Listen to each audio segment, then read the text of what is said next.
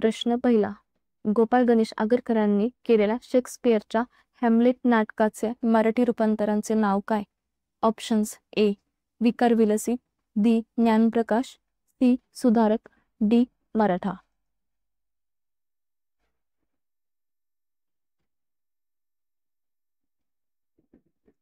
उत्तर: ए. विकार विलसित.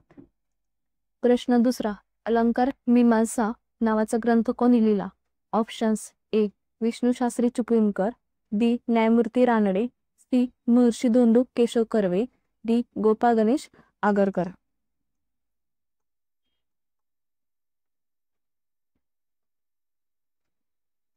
उत्तर: डी. गोपाळ गणेश आगरकर.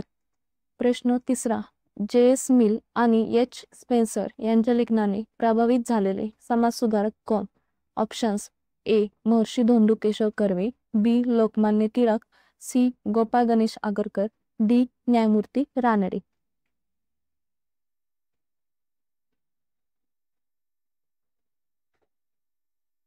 उत्तर: सी. गोपाळ गणेश आगरकर. प्रश्न चौथा. डोंगरीच्या तुरुंगातील 101 दिवस हे पुस्तक कोणी लिहिले? ऑप्शन्स: ए.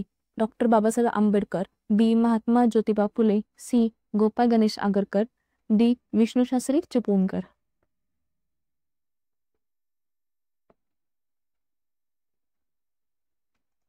उत्तर: सी. गोपाळ गणेश आगरकर. प्रश्न पाचवा. इष्ट असेल तेच बोलणार आणि साध्य असेल तेच करणार हे ब्रीदवाक्य कोणाचे आहे? ऑप्शन्स: ए.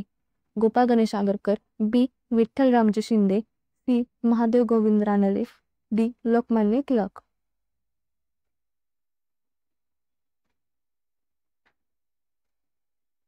उत्तर: ए. गोपाळ गणेश आगरकर.